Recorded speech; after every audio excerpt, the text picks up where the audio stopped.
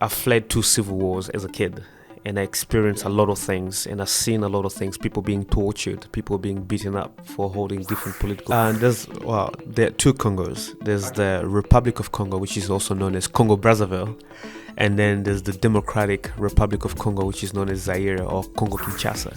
Out of my own pocket because I was an independent, so I wasn't backed by any political parties at the time. Yeah, so I ran as an independent, so I wasn't backed by any political parties or anything. So it was out of my own pocket. So basically, went and took my savings, because that was the vision that I had, So I was like, I'm willing to die for this vision, and they actually have the closest capital cities in the world because it's only divided by the Congo River. So on one side you can see Brazzaville, and then on the other side you can see Kinshasa.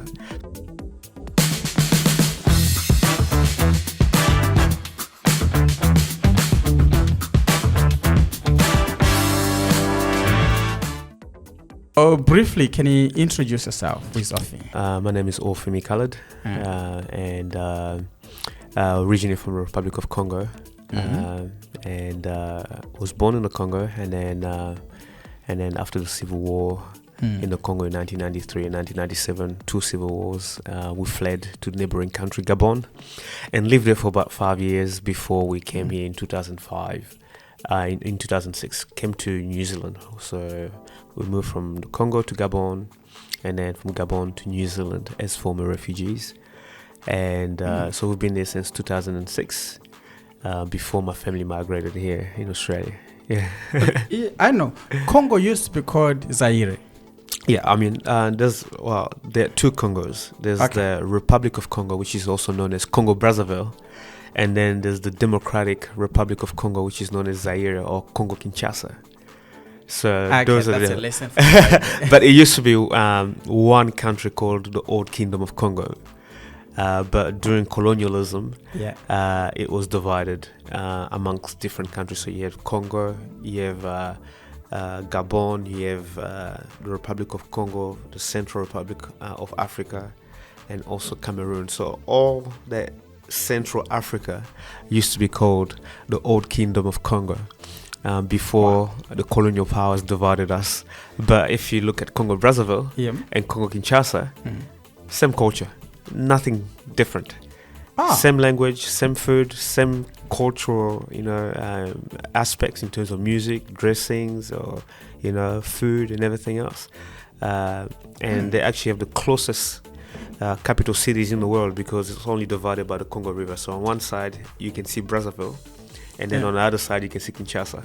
So it's just like standing from here and then looking at the other side of the road. And then there's just a river, and there's two countries, and people cross there. So wow. The old Congo Kinshasa used to be formerly known as Zaire, and then the other Congo, the Republic of Congo, is Congo Brazzaville. Wow, that's a history lesson. It is. I always get confused as to what's Congo Brazzaville. So you are from the Republic of Congo. Yeah, Congo Brazzaville. Yeah. Congo Brazzaville. Yeah, I am from the Congo Brazzaville. Wow, awesome. Yeah. But most people will not know about it. So usually I find myself trying to explain that because I think because of all the conflicts that's happening in Eastern Congo, so that tends to pick up a lot of media interest.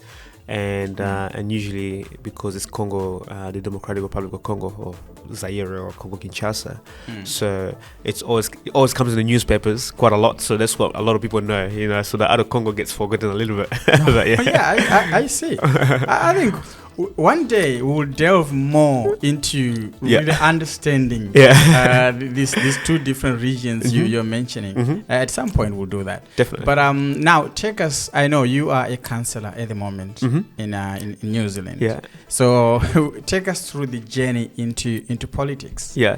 It was a difficult journey, and personally for me, as growing up, I grew up amongst people who were politicians or were very much interested in politics and current affairs. So I grew up around my uncles who were very much into current affairs, and we were watching the news every day. We'll be reading, political newspapers and the likes. And growing up around that environment, I developed an interest in politics and diplomacy and that sort of thing. So, started watching, other politicians as well who inspired me along my journey. So you look at people like Kofi Annan, for example, you know, when he was the Secretary, UN Secretary General. Yes, Secretary General. So looking at those people, you know, Nelson Mandela, and then looking at Martin Luther King growing up as well and studying him when I was a kid. And then you look at people now like Barack Obama when he ran in 2008 for the US presidency. So growing up, I always had an interest in politics. And I knew somehow that I wanted to get into politics. I think my experience as a former refugee shaped my sort of my view around that, because I told myself, you know, I fled 2 civil wars as a kid. And I experienced a lot of things, and I've seen a lot of things, people being tortured, people being beaten up for holding different political views or supporting a different party. And I thought to myself, if we have good leaders in place, then the country, you know, will be better off, because the more corrupt leaders we have, the worse the country will become. It doesn't matter whether it's in Africa or in South America or in Europe, but when you have good leadership in place and good administration and good governance, you know, the country is most likely to prosper.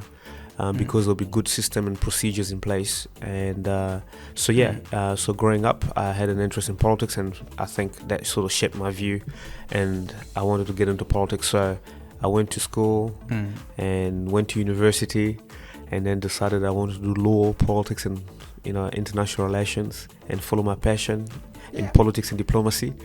And you know, and I always had an eye, you know, to run for office, you know, from the age of 8, 9, 10, I think it was. And then it became a lot stronger when I turned 15, and then when I went to university as well. Wow. And then I was like, you know what, I think this is my vocation. And also, I'm a Christian, so I believe in God. And I believe that God has given us a calling or a gift to serve the world.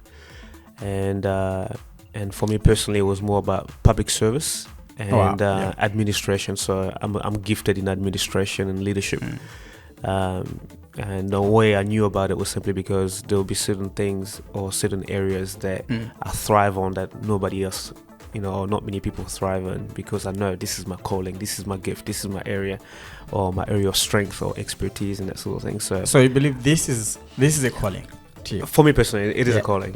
I think many of us would tend to look at callings as, especially for Christians, we tend to think of callings as just like, you know, preaching, you know, pastor and those kind of things. But you know, God can call you to open up an orphanage and help the, you know, the destitute, or God can call you, you know, to be a philanthropist, you know, be philanthropic, you know, in terms of giving up money to those who cannot or afford certain things, or give scholarships to people who can't go to school, for example, or, you know, or provide sanitary products for those, you know, who cannot afford it in third world countries and that sort of thing. So, so many ways God can call you. That's very true. From what you're saying, you mentioned around 7 years, 15 years. That's pretty young for someone to think about politics. It is, but because I grew up around it, in the midst of it. So I grew up around. My granddad was a politician in the Congo as well. So you know, it's already, I felt like it was already in my blood growing up. Because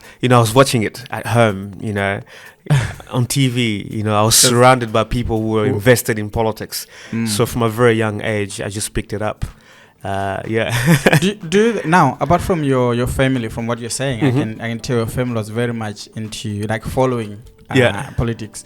Is your cultural kind of lifestyle, your cultural upbringing, your cultural background, has it impacted in any way in your political views? I wouldn't say really much my cultural background. It would be mostly like the political environment and mainly, that I grew up in that influenced me to get onto this path. From a cultural perspective, I mean, coming from Africa, you know, there's a lot of tribalism, and people, you know, have tribes and chiefs and that sort of thing. So it wasn't really an issue around it, or anything that would prevent me to want to get into politics or the likes. But it was more the political environment and the socio-economic environment as well, in the Congo, and my experience fleeing 2 civil wars and crossing the border to Gabon, and the suffering that we experienced as a family those are the views, those are the experiences, the events that shaped my view of the world, and be like, you know what, I might not be perfect, but I do have a good heart, and I know that my desire of wanting to get into politics is not based by monetary value or means, but it's more about changing people's lives and changing the material living outcomes of people. If we can stop wars by getting rid of bad leaders, and have good leaders, then we'll live in peace and that sort of thing. So those were the views that were being shaped and developed whilst I was a kid, 8 years old, 9 years old, 10 years old, and that sort of thing. Wow. So so you have already spoken about you fled 2 civil wars, and you moved from Congo to Gabon, then Gabon to New Zealand. Do you remember much about that process? Oh very much so. I even remember because I was 7 8 years old at the time, and I think the reason why I vividly remember those events was simply because they were always engraved in my mind, like seeing people being beaten up, tortured, and that sort of thing. So as a kid growing up, it's quite frightening, so those events have always like remained in me. So when I moved to the Civil War happened in 1997, broke out in 1997, so it lasted about 2 years and ended in 1999. So during those 2 years, when it broke out in the city where we're living. It's called Dolisie. It's in the south of the Congo. So we fled to my mom's village, which was about 180 kilometers away from the place where the war broke out. And we stayed there for about 2 years without going to school and anything, so we lost about 2 years of studying. And at that point, that's when my mom decided that, it's not good for us to remain there and not actually going to school, because when there's a civil war, you can't send kids to school because bombs and grenades are flying all over the place. So my mom's sister lived in Gabon. So my mom arranged for us to go first before she joined us. So she made, we crossed the border, and we were allowed to go in, and then she took us. My mom's sister took us in. So her little sister took care of us for about 2 years before they came over in 2001, almost 2002, and then they joined us there, and then they started the application for resettlement. So the process is basically when you arrive into the foreign country, or if you're internally displaced, so you have to apply for refugee status through the United Nations High Commission for Refugee, UNHCR. And then your application gets reviewed on a case-by-case basis. So and then you get allocated a country. You don't choose the country that you go to, so you just get allocated. You are basically at the mercy of the hosting country. So if Australia decide to take more refugees, some of these refugees don't get to choose where they go to, unless you come to the border and then seek asylum, and then you've chosen Australia. But in those cases, when you're in refugee camps and that sort of thing, you don't get to choose where you go. You're at the mercy of officials and hosting nations. So at the time, the United States were taking refugees, and we're meant to be part of that, and then that fell through, and then Denmark, Sweden, Norway, Finland, all those Nordic country, Scandinavian countries expressed an interest in taking us, and then Canada as well expressed an interest in taking us. So we were supposed to even go to Canada, but that didn't work out. So I believe in God's plan. So at the right time, New Zealand came in 2005, and then they said, we're taking more refugees, and we'd like to take you guys on board as the next set of refugees, because each country, especially each developed country, has an obligation to take refugees. It needs to have a quota. So in New Zealand, I remember. I know that. I'm not sure how many it is here in Australia, but in New Zealand at the time, they had to take 750 refugees per year. Now they've increased it to 1,200 per year. So every year, that's the quota that New Zealand has to adhere to, or an obligation to do every year. So they have to take 1,200 refugees. So when it happened, and then we came, and then they did the paperwork, and then we left Gabon in late January 2006, and then arrived in Auckland on the 1st of April in New Zealand on the 1st of April 2006. And that's when I realized that my life, our lives have changed, because that process took about five years to complete. 5 years? Almost 5 years to complete, yeah. Oh. So a lot of us were waiting because it's a process. You're not the only refugees waiting in line. There are also others. Yes. So they have to sort that. And it was also a tough process because you have to go through a vetting process where, you have to do a lot of medical tests. So if anyone in that group, has anything, that's at the time, HIV used to be very taboo as well. So if you have HIV, you have tuberculosis, you have malaria and that sort of thing, it meant that, they couldn't take you right there and there.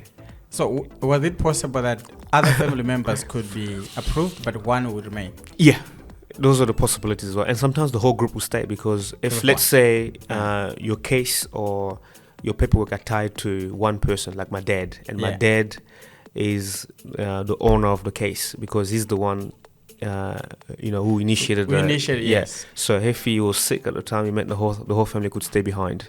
So that's how serious it is. And then also they had to determine whether you did not participate in the atrocities in the war as well, like if you have not killed or helped kill people or helped imprison people. So they had it's a very complicated and complex system. No wonder why you said it took about 5 years to come. So they have to make sure that the right people are entering the country, because it happened in 2016 in Germany when the Syrian war was going really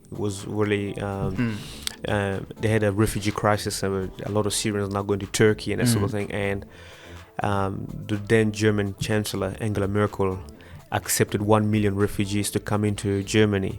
So amongst those 1 million refugees were former ISIS fighters and terrorists, for example, and that created an internal terrorism in Germany, and they have that problem now in Germany. So they have to make sure that they're taking the right people, not terrorists, not people who committed murders or genocides or anything like that. So it's a very complex process. Yes. So you said you moved from Congo and you moved to your mom's village, from the village to Gabon. And whatever. Yeah. Ever since you moved, have you ever had the chance to go back?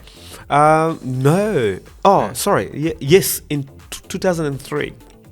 In 2000, because we left the village in 1999. Yeah. So the last time I've been there is just over 20 years ago. So 2003 was the last time I've been back home, and then in 2006 we came to New Zealand. And the reason why I haven't been back there since was because when the Civil War happened, so we're basically the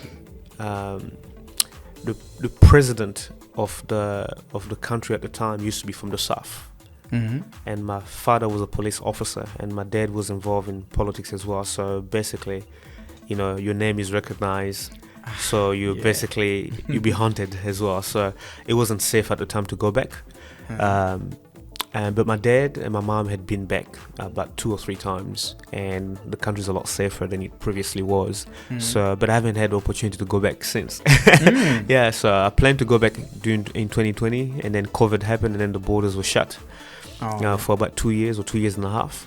And then I lost the motivation along the way, and then I started doing other things, and that's okay. The reason I'm asking is I do have contacts with a lot of refugees, and some of them lived in refugee camps for pretty much their childhood.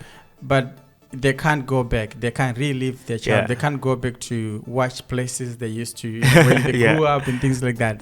But in your case, if you decide to go back, is your homestead or your land, where you came from, are those places still available if you want to go back? Not all of them. Not all of them. Some of them were taken away. My granddad, he had huge pieces of land, for example, in different parts of Congo. And some of them during the Civil War were taken, and by other, by the warring factions. And then some of them remained. And but I think if I just go to my mom's village and that sort of thing, that's probably the land that I'll find, because that was like the stable part of Congo, which was not touched by the war or affected by the war. And then I think my granddad, because he had left a few sort of pieces of land. So some land were recovered as well. So if I go back, I can be like, okay, this is where, mom or dad built and that sort of thing. So yeah. Yeah. So let's move on to something else.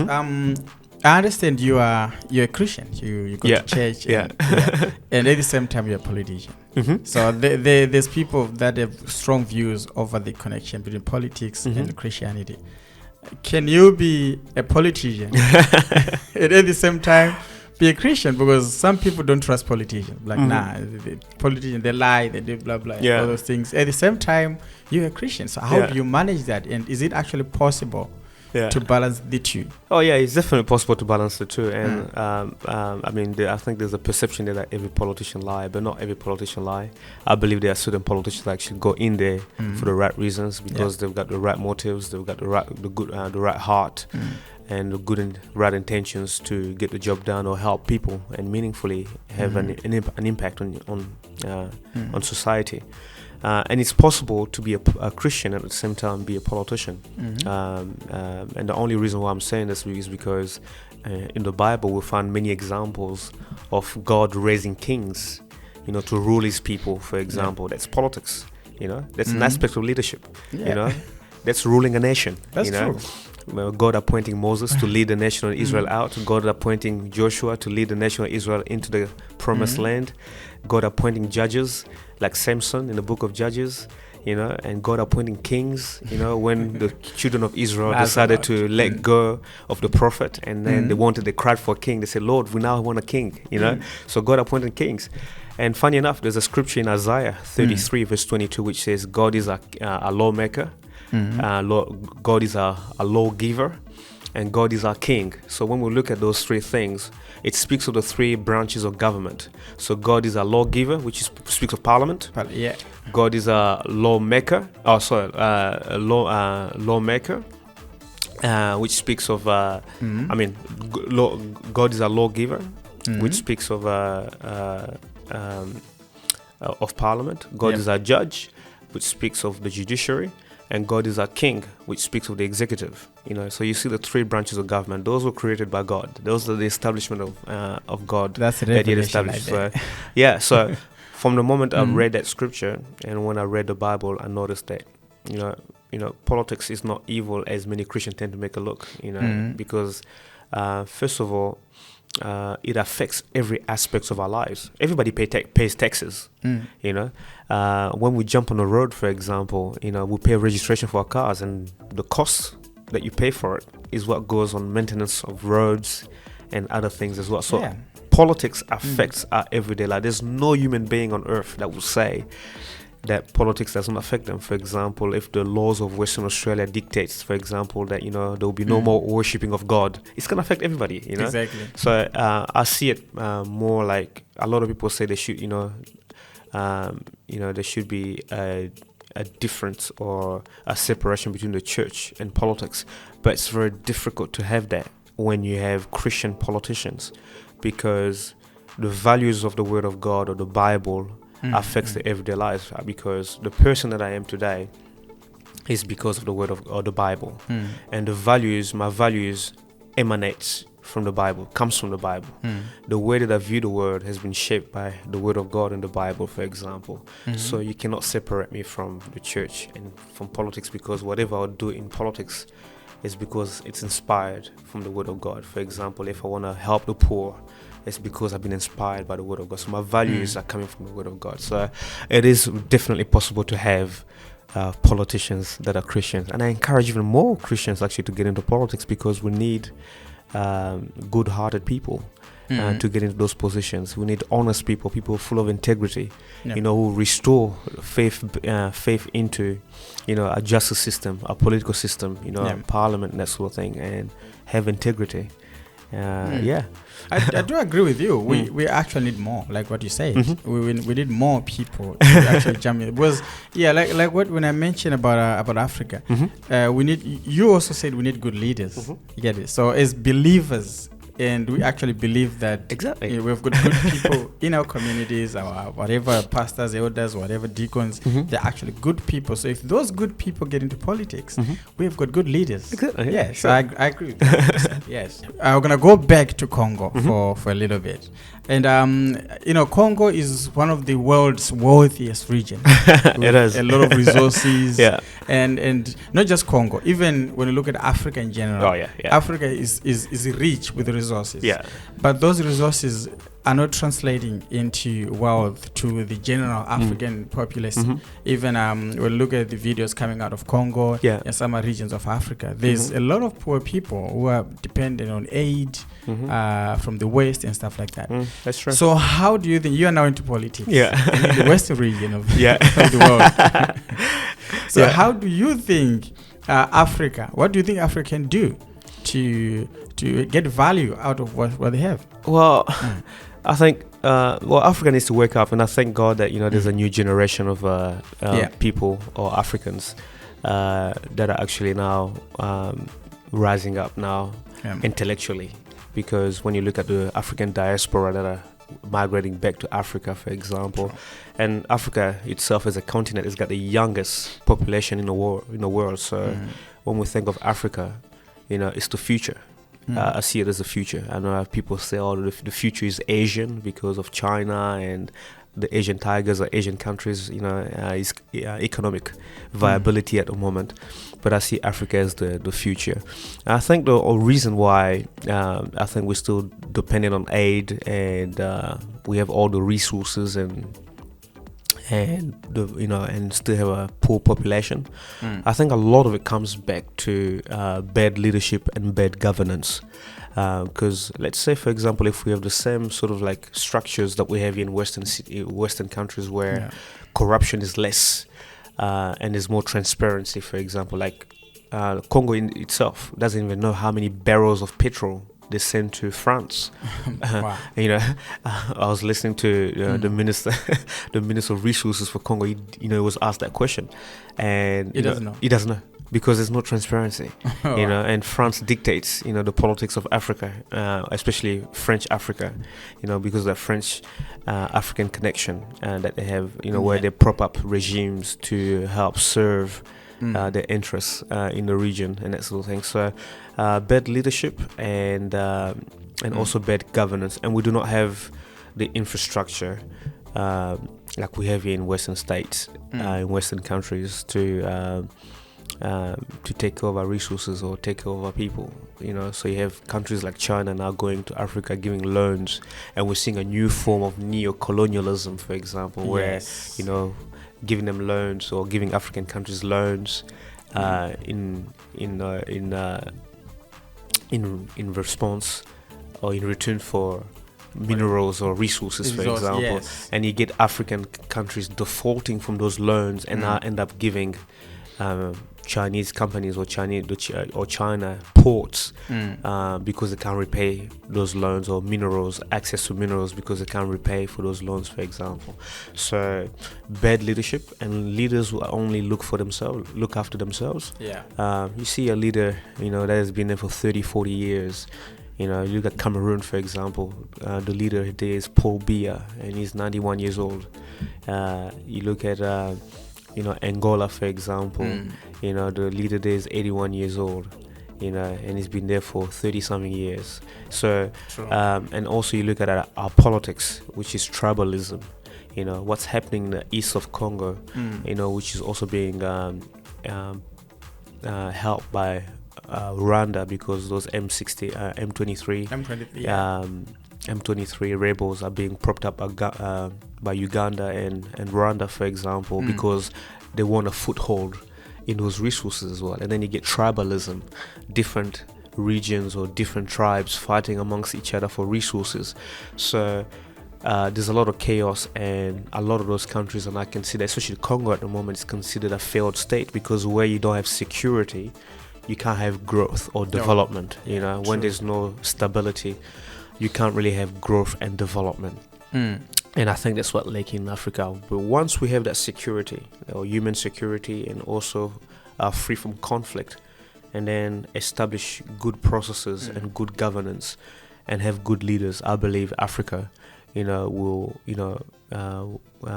will move into another dimension. But it's unfortunate because I don't see it happening probably in my generation. That's the same thing. That's true, because we've been here ever since we're born. There are things that they've really moved just a centimeter. Yeah. They haven't moved much. You're thinking, how is this going to change? Yeah. So I get you. Yeah. But I want to talk a little bit more about that now, because I think we really need peace within the region of Africa, especially Congo. I remember when I was younger, our soldiers from Zimbabwe, and we were hearing, Mugabe is sending soldiers to Congo, and I hear now there is talk around South Africa, we are sending our soldiers to Congo. So there's been a bit of conflict around that region for quite some time. You and politics, if you were a leader today in either Congo or Rwanda, what would you do to bring about peace? I mean, I think it takes political will in order for peace to happen. For example, I think the issue with Congo is that it's what we call in politics the curse of resources or natural resources, because we got so much, we're so wealthy in natural resources, and every country needs those resources. For example, anyone with an iPhone, the cobalt that or that's been the iron being made or produced to make phones and laptops and that sort of thing, most of it come from Congo. So all these superpowers, whether it be China, France, the United States, they all want a foothold in those resources, and sometimes they want that instability works in their favor. In some instances, for example, so they'll continue to propel or to continue to fuel into that instability. But I think what needs to happen, I think there needs to be regional cooperation. I think from an African perspective as well, looking at the African Union, working alongside each other. We have ECOWAS as well. We've been imposing certain sanctions on other countries as well. We saw what happened in Gambia as well when Yahya Jammeh, who was the former president for Gambia, he was threatened with soldiers actually intervening if he didn't resign from power. So it's the same thing as well, like placing sanctions on countries like Rwanda or Uganda, or countries that are fueling that instability will be good as well. We're seeing those things happening with Ukraine, where sanctions are being placed on Russia. We saw it as well with Syria, where sanctions were placed on the Bashar al-Assad government. We're seeing it also with Libya before Gaddafi passed or was killed, where sanctions were placed on Libya, and a no-fly zone as well was implemented, which helped to topple him, for example. So it's the same thing as well, where if there's political will in the international community, around the Security Council at the UN, and there will be peace, But at the moment, there's no political will for a lot of people because it suits or their interests as well. You know what I mean? So that they can still get resources for almost free. They don't have to pay a lot for it. And then the leaders that they prop up, those dictators that they're propping up as well, want to they want to make sure that they remain there for life, for a long period of time to ensure that there's a flow, stability, the stability of the flow of resources, so there's no disruptions and that sort of thing. So I think it will take political will and leadership to do that. Well, we don't want to turn this one into political, but allow me to ask one more thing though, because with what I've just said, I think I was following up some information coming out of Rwanda, and they refuted, they denied, they said absolutely they have nothing to do with M23. It's a Congo problem, should be solved by Congo people. But when you go outside, there's also a lot of people that believes that Rwanda is very much involved in what's going on. So is there evidence to that, or there's plenty of evidence for that. And a thief who's not been caught will never tell you that they've stolen, right? So it all started with Rwandese genocide in 1994. So when the genocide happened, a lot of them migrated in the eastern side of the country because Rwanda borders the eastern side of Congo. So a lot of them entered the Congo as refugees, and they settled on the eastern side. So and then what they ended up doing is that they had children, and then they created a population, a community, and that sort of thing. And then now they're establishing that side of Congo, and they've got access to the borders around there as well, and access to resources. So Rwanda is fueling them, arming them, and there's plenty of evidence around it as well. So meaning to say, most of the M23 rebels are Rwanda or Uganda, yeah. And this also happened because in 1997, when Mobutu, who was the former president of Zaire at the time, when he was toppled, the person who replaced him, which was Laurent Désiré Kabila, was propped up by Rwanda and Uganda, Museveni and Kagame. And they had a deal that once they topple Mobutu, that they're going to have a foothold in Congo, and then that they will share natural resources as well, and that sort of thing. So when Laurent Désiré Kabila got into power at the time, after a few years, he reneged on his promises. He's like, nah, this is not right for my people to be suffering, and the resources are going. So, and that's how he was killed. And that's how he was shot. He was shot, and then that's how he was killed, because Rwanda and Uganda didn't want that to happen. So it was. Do you think then Joseph, who then was the son of do you think he went back to the agreement, or? That's hard to tell, to be honest. But he's never done anything about it while he was in power. The war was still happening, he's never really been proactive about it. So which tells you a little bit something, or a little bit about what went down, because he's never really been proactive around fighting Rwanda or being vocal about it. It's only the new president who's been very vocal about it and saying that we'll not give an inch of our country, or we'll not, we'll fight them, until we die, and that sort of thing. And but M23 have just come back, and now there's conflict going on. Exactly. Now there's conflict going on, because back when Kabila was there, I think he must have struck a deal or some sort of deal. I'm not sure, but he was very passive about the whole conflict at the time. Yeah. I think we with what's going on and with historical evidence, people are justified to speculate that this could have happened, could have happened, which I totally understand. Yes, but we don't want to turn it. But we don't want to do it. But I can just say that there's plenty of evidence that Rwanda and Uganda are also involved in the eastern part of the Congo, because most of the people that live there have come from Rwanda and migrated from Rwanda during the genocide and settled there, and they've made that part of the country their home. Yeah, I know. It's political strategy, I guess, because like what you said, a thief cannot admit. Like, I enjoy, when you're watching soccer, and you see these soccer players, right? They know for a fact that I wasn't injured, I wasn't tackled by anybody, but they'll pretend. Yeah, and sometimes they'll get a penalty out of that. They can't admit that I was intentionally doing this to get a penalty. But we know that now what you're doing here was to get a penalty. So I do get it when you say there's quite evidence. It may not be like substantial to the point that we can point out there were minutes of a meeting which you agreed to do this. It won't be, but you'll be. Events will tell you that something is going on. Because you're like, where are they getting the resources from? Where are they getting the weapons from? Well, I know that they are really well armed. Yes, they are pretty much well. I know the argument which South Africa was giving the opposition leader, what's his name? Malema, yes. Yeah, he was saying we can't send our soldiers over there because the M23 are well equipped more than our soldiers, so we are sending them to die. So that means there is probably something. But anyway, we'll move on to something else. Sure. We can have another podcast for politics. Yeah, definitely. Of Congo. I'd love to. Yes, but now, a young person wants to get into politics. Inspire them. I get asked that question quite a lot every time where I go even to do public speaking, but I usually tell young people, if you want to get into politics, you want to get into politics for the right reasons, because I think for us sometimes the mentality as African is that politics is a way out, to become rich. Yes, excuse me.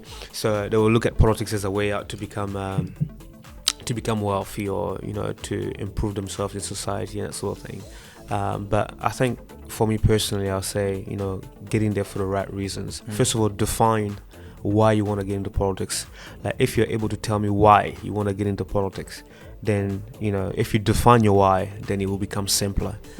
So for me personally, when I wanted to get into politics, growing up, I was a kid, all I was thinking about power, just power. I would see people on TV, I want to be on TV as well. And I just thought about power.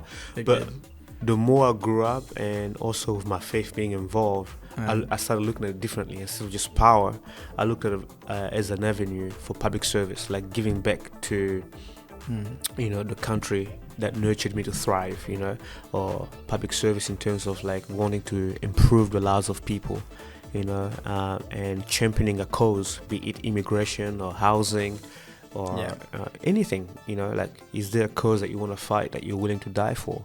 And personally for me, it's around human rights and immigration, for example, because the process of me coming here was a very difficult one, and I don't want other people to go through the same process. So, it's what's the why? Why do you want to get into politics? And it's all about just understanding as well your gift and your talents and what you stand to contribute to society. When you define your why, what am I likely to contribute, or what do I want to achieve when I get there, and that sort of thing. And Obama rightly said it when I went to one of his talks in Melbourne. He said, a lot of us tend to think about, just want to get to the top, and we don't define why we want to, we don't define the why sometimes, and why we want to get into politics, what we want to do. So if you can tell me why and what you stand to contribute to society, then if you've rightly defined it, and not just think about the power, the money that comes with it, or the influence that comes with it, but think about the difference that you're trying to make in society, the contribution, the positive contribution, because sometimes you can make negative contributions and be a negative influence as well. We have many bad politicians as well as we got very good politicians. But if you can define the why and articulate to me what you stand to contribute to society, then you can now start thinking about the next step. Okay, I want to get into politics, because I want to do this, I want to do that. Money, power aside, it should be about the people. About the people, changing the lives, positively impacting the lives of people in society. So if there's anyone out there that's hearing me or listening to me, that's what I'll always tell them. I'm not going to sugarcoat it and say, you should just jump in and that sort of thing. But I was like, tell me your why. And I can help you with the why, or I can, we can go around it and finding out what your potential, what your calling is, or what were you born, to do, and that sort of thing, and then tell me your why, and then we'll work it out, and then what you stand to contribute to society, what are the causes that you want to champion, and that sort of thing. And I can mentor a lot of young people around it as well, but I wouldn't dare tell someone and say just get into politics. I would just tell me your why, explain to me, articulate it to me as to why you want to get into this. Makes a lot of sense. So I want to talk through your campaign period, because you're currently a councillor. Yes. I know when the news came out, Orphee Micalad, who is a councillor, and some of us were like, oh, he's African. We want to know, how did he make it? Because we are we call Australia or New Zealand, we call these places home, but we also call Africa home, wherever we came from. So we are home, away from home kind of a thing. But how did you make it within your home, away from home, and you made it? Were there challenges, or how could you attribute your success? There were a lot of challenges, I would say. It wasn't smooth sailing. I think, especially when you're in a Western country where we are a minority. It's not like the United States, in as much as a lot of black people are minority, but people are very accustomed to seeing black people. Or when you go to the UK, where you have a British Prime Minister who's Indian, and then you can have MPs that are, of African origin or descent and from different places of the world. But when you come into countries like New Zealand or Australia, where it's not really accustomed, for a lot of migrants or refugees from African descent to make it in there. So there are a lot of challenges. But for me personally, because it seemed like I was a man on a mission, in the sense that I really want to do this, and this is what I was born to do. I'm going to create, if there's no opportunities, I'm going to create opportunities, for me to do that. So once I defined my why and why I wanted to do it, and I gave myself the okay, I was like, I think I'm going in there for the right purposes. I campaigned for it. And the good thing is that my experience working at the New Zealand Parliament and seeing other politicians, just shadowing them and watching what they do. So you worked at the parliament before you? Yes, I worked at the New Zealand Parliament before I decided to get into politics. I think that was my apprenticeship. Yeah, that was part of my prayer and strategy. You said all along you really want to get into politics. So when you then do an application to work at the parliament. Yeah. So when I finished my political studies and did my masters, and I wanted to find a job at least in parliament, do even an internship and that sort of thing. But the good thing is that I went in there. Worked for a member of parliament who used to be a former minister for courts and deputy speaker of the New Zealand House of Representatives. And so I was shadowing all of those politicians, learning the strengths, the weaknesses, what to do, what not to do. And I was involved in a number of campaigns, helping them out as well. So all along I was learning on the job as well. So as I sort of went and did my 10-year plan, this is where I want to be, this is what I want to do, this is what I want to do. So in 2022, which was 2 years ago, I wanted to run, first of all, start with council, which was my goal, get get the experience, debating skills and everything else. So I ran for council, but before that, there was a by-election that happened in 2020 because one of the members of the council, who was a former deputy mayor, became a member of parliament for the city where I'm from, Palmerston North. So that created a vacancy on the council. And that's when I decided to put my hand up, because I was like, this is a great opportunity for me, because I wanted to run in 2022, but the opportunity came a year and a half earlier. So I ran for it and, put a team together, campaign team together. I had my campaign manager, I had my social media strategist, a videographer to do my videos, and I did spend quite a bit, and had a website, social media, out of my own pocket, because I was an independent, so I wasn't backed by any political parties at the time. So I ran as an independent, so I wasn't backed by any political parties or anything, so it was out of my own pocket. So basically, went and took my savings, because that was the vision that I had, so I was like, I'm willing to die for this vision. So my savings didn't mean anything to me. So those are the savings that I had for my wedding, savings that I had for my first home and everything. So I was like, this is what I've always wanted to do. This is what I'm called to do. And I'm going to put everything that I have and throw everything that I have in it, because I've got nothing to lose. And in that campaign, there were 11 of us for one role.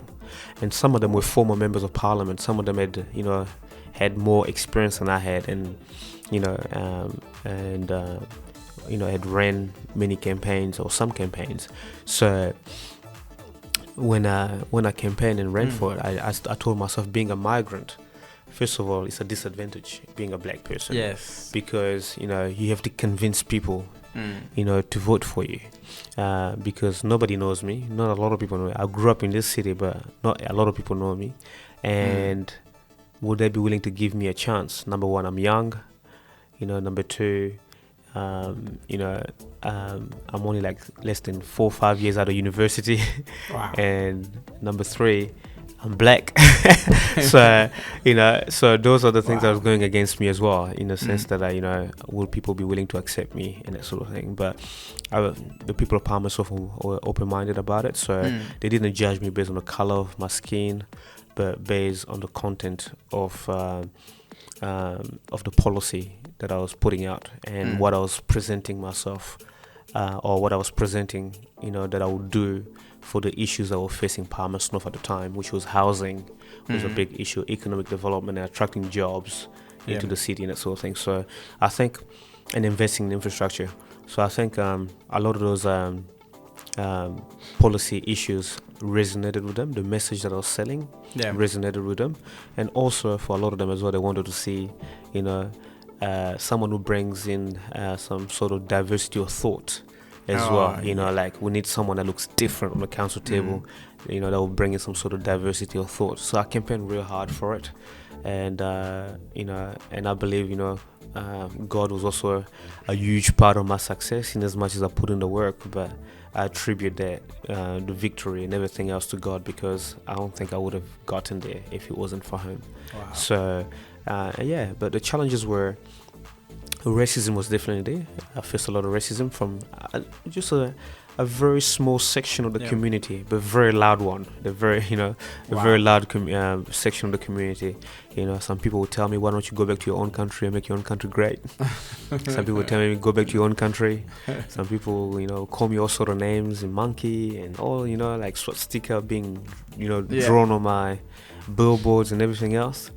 But that didn't deter me or anything. To the contrary, it encouraged me to even do it more, because I'm like, you know what? Yeah, this, give me more reasons to stay in this race and be like, you know what? I'm gonna prove you guys wrong. Yeah. The beauty of it is, there was a huge population that actually supported. That's why you won. Yeah. So it was a landslide election. Yeah. Wow. And what I found is, what I think people don't realize is, people of color like us, we do go through a lot of racism around. But I must say, I personally, it's my personal opinion, I believe there's a very small portion of the population that are still racist. Yeah. But that small population, like you said, are sometimes very loud, and we actually face a lot of those kind of things. But at the same time, there is a huge amount of people that are absolute non-racist. Yeah. Oh yeah. Yeah. And those are the people that have advocated for even what we're now having. Yeah. Is people from yeah, that's so true. Because for me personally, I won that election by landslide. It means that the second person after me was nowhere near. Wow. Catching me or catching me in votes or catching up. These are real people. So it showed that there were people out there that were more supportive of me than people who were not supportive of me. Yeah. But it's just that people always say the silent majority and the very loud minority. Exactly. So that's what happened in that election. So, but it was challenging, the racism thing, and it took a toll on me personally, because sometimes you doubt yourself. You start doubting yourself and start questioning, why am I being treated this way? Maybe I should just drop out, because this is now affecting my family members. It's now affecting my family members or the way they view themselves, and maybe I should just drop out and that sort of thing. But I felt like if I was to drop out, it would just give more ammunition or more value to the racists and that sort of thing. So I was like, no, I'm not gonna give up, because I feel like I'm caving into the racists and the bigots. So I'm gonna run this campaign. I'm gonna do it so well, and win this campaign. So that's what motivated me even more, if anything else. So how are things going now in Palmerston? Yeah, things are going good. I mean, just like every cities, in New Zealand or in Australia, you face challenges. Of course, we've got a housing shortage at the moment, so we're just like creating more, trying to free up more land for development of housing to meet migration, because there's a lot of people migrating to New Zealand, that sort of thing. So we're having more migration than houses that we're building. So that's what we're doing at the moment, just freeing up more land to build and investing in infrastructure to accommodate the growth as well. I'm planning for the future to accommodate that growth, because the population of Palmerston North will continue to increase. So we're just like planning as well to accommodate that growth. But so far I think it's going great. I'm loving the job, and being able to just like change people's lives or have a positive impact on people's lives is actually rewarding, because you go home thinking, man, I've helped so and so today. I feel like I feel fulfilled. I feel like I'm walking in purpose and that sort of thing. Yeah, that's beautiful. From what I can see, you using your life savings and all that, you really answered your whys very well. That advice you said, answer the why you want to do it. I think you wouldn't have used your own savings to do this if you didn't have the reasons for why you're doing it, which I do believe, like you said, is really, really important.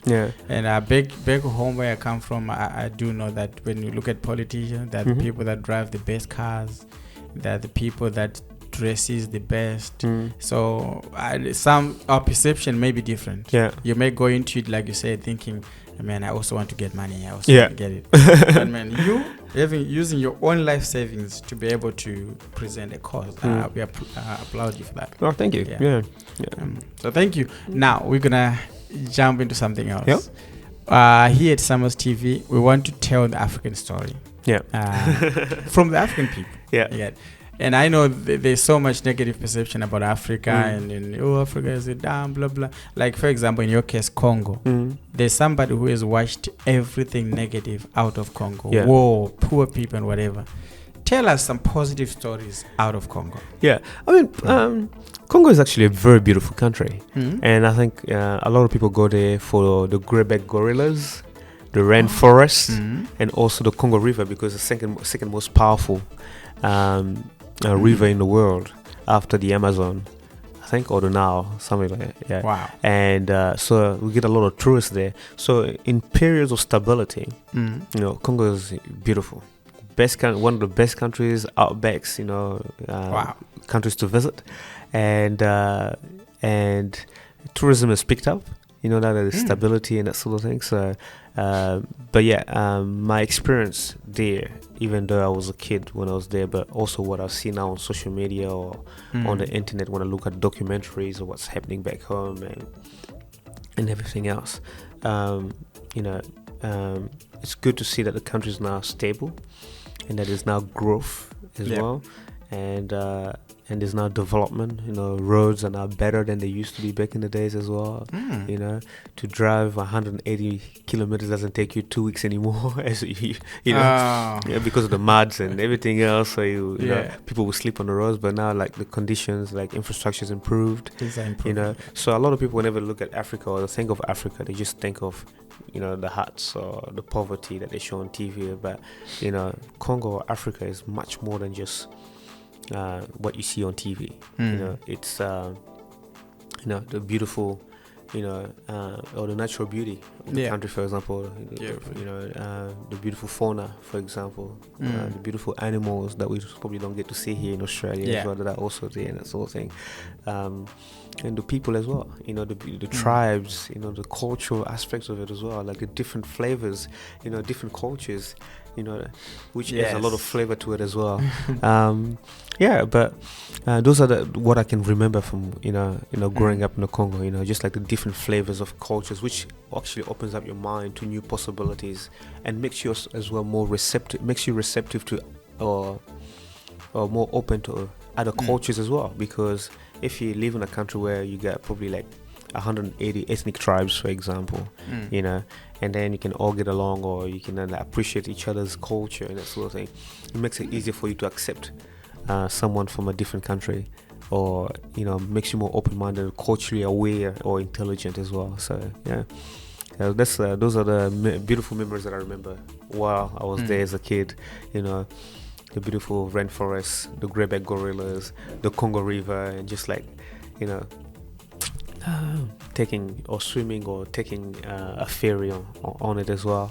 And just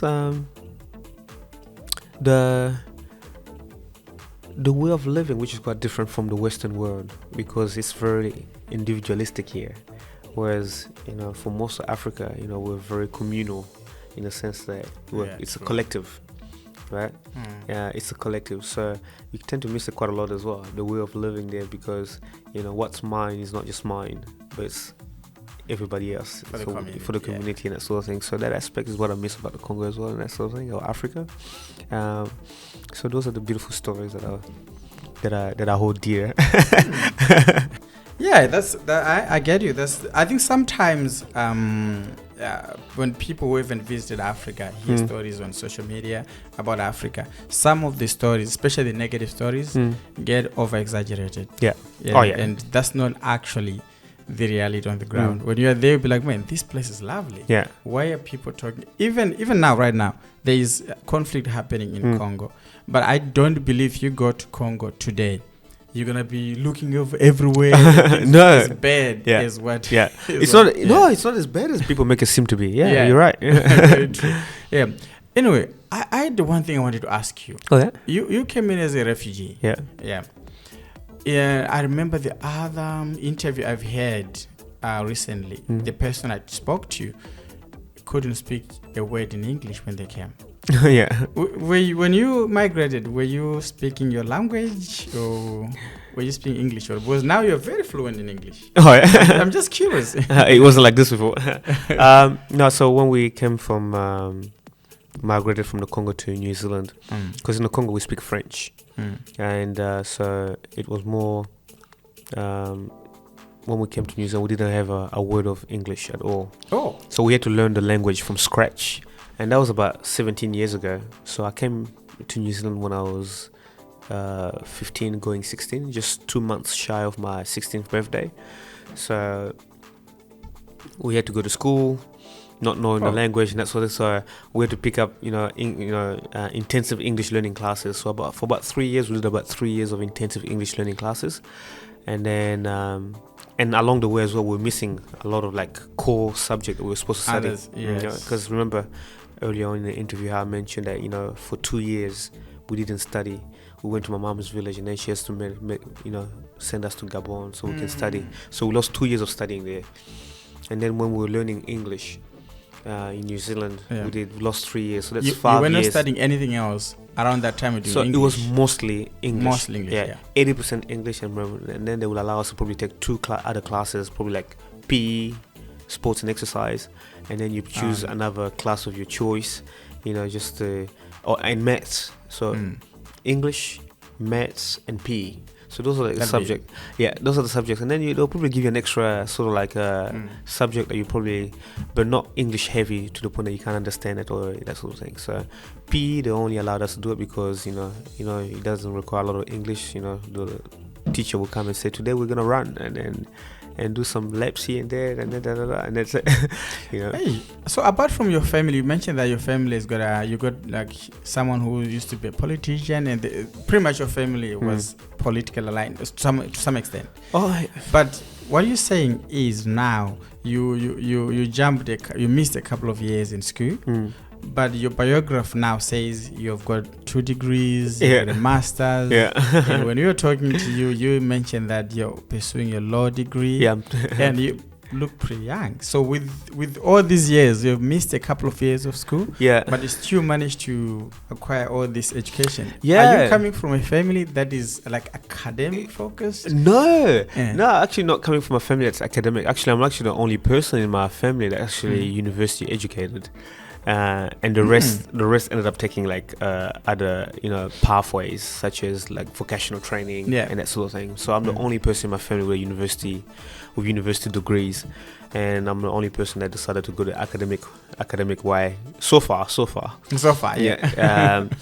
And it was never like this. I think for me personally, I realized that if I wanted to like thrive in my political sort of like career, it required me to read a lot. It required me to be on top of current affairs. It required me to to do certain courses that will help me, or at least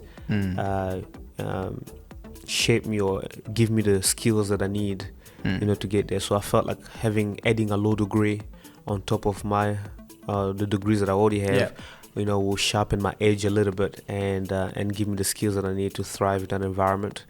And also, it was very tough, learning and going to university, not really being fluent in the language, and even the writing as well, because I missed 5 years of schooling. And I missed a lot of foundational learning, at school. And when I got to university, I struggled a little bit in my first and second year. It was only in my third year that I started to pick it up. And then I became, I went from a C student to a B and then an A student. So it was gradual, but a lot of hard work had to go in there, So I was the type of person I'll go to university at 9 a.m., get there at 9:30 and leave at 11 p.m. at night. Because you find me in the library, just reading, rereading, trying to understand. Things that an average student will understand, I will not pick it up, fast enough. So I was a bit delayed and that sort of thing. But in the end, we got there. And sometimes the fact that I keep studying as well, so can be attributed sometimes to insecurities that I feel sometimes, because at school I never felt like I was I was on par with my peers. I felt like my peers were always ahead of me because I was 5 years behind, and I always had like this like hunger and desire and thirst for knowledge to be like, you know what, I want to get there and surpass them. I want to work hard. I want to study hard. I want to read every book that I can. To get there and become and do better and that sort of thing. So not as a competition, but more a challenge to myself. If I see an A+ student, I'm like, how did this person get an A+? You want to get that too. I want to get that too. How did this person get an A+ and I get a B- or I get a C+? And I was like, I want to be there. I want to get there as well. I want to study hard, to get there. And eventually I got there. Did my master's, 40,000 words, writing, and I got an A for it. And it was recommended one of the best and thesis for that year in my department. And also in my third year and second year, some of the topics or some of my essays were actually being used as examples for students who were coming in the first, second year. So the essays that I was writing were now being used as examples or models for students to follow and that sort of thing. So I think it's just that determination, that hard work, that hunger, that desire to not, to not fail, and to actually make a name of myself as well, and also to be someone. I think that's what motivated me to excel. So now I'm doing a law degree and I'm thinking of doing an MBA because I'm so. Have you ever watched marathon runners? And you find this number one marathon runner, they're finishing off the line. They go finish off, and man, they're just chilling and whatever. After 30 seconds, you find number 2 is coming in. Again, I think in your case, you're not realizing that you're far ahead with what you're doing. True. In your marathon, you're so far ahead. By the time you look back, you realize, man, I've done quite a lot. Yeah, you have done quite a lot. I must say. Yes. Thank you. Sometimes it's hard to realize that because sometimes when you're running endlessly, you just keep running. You don't realize how far you've gotten already. Because sometimes I'm like, man, I feel like there's another level to unlock, and someone will just you keep pushing, I'm like, I'm not satisfied yet. Like it's like my law degree, I'm close to finishing I've got 2 or 3 more years left in my law degree because it's a 5-year degree that I'm taking. So I got 2 years left full time left in it, but I'm already thinking about the next. The next. Stop studying. That's the thing, because I'm just like, I'm someone who's like, I've got a thirst for knowledge. It's like, and I can never find myself like, I feel like if I'm not doing something, or just working, I feel like I'm underselling myself. So I can work, I can thrive in my work, but I still feel like I've got this thirst for knowledge and I want to keep learning. Yes, I'm picking up the skills at work, and I'm working and I'm getting skills from that. But at the same time, I feel like from a personal development perspective, I just gotta keep going on the side, pick one paper from here, pick one paper from there, and then continuously improve myself. So as a leader, for example, I told myself, what do I need to do to become a better and effective leader? Number one, I need to probably take a paper on cross-cultural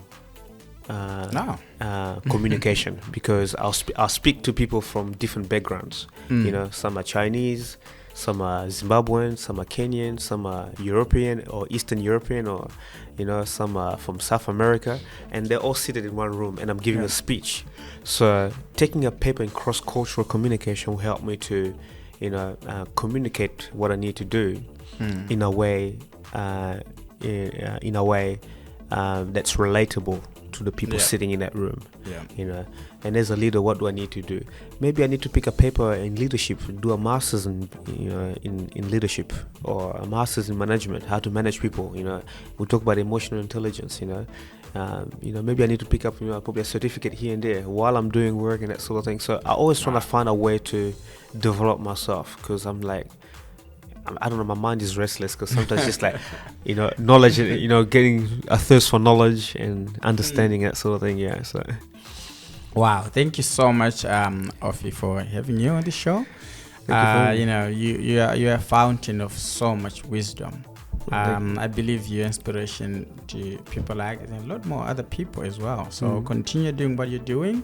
We'll keep following your journey. You never know where it takes you up to. You never know. Tomorrow you might be coming to New Zealand and you are the member of parliament, you are the prime minister, whatever the case. So wherever you are, we will follow you and we will support you.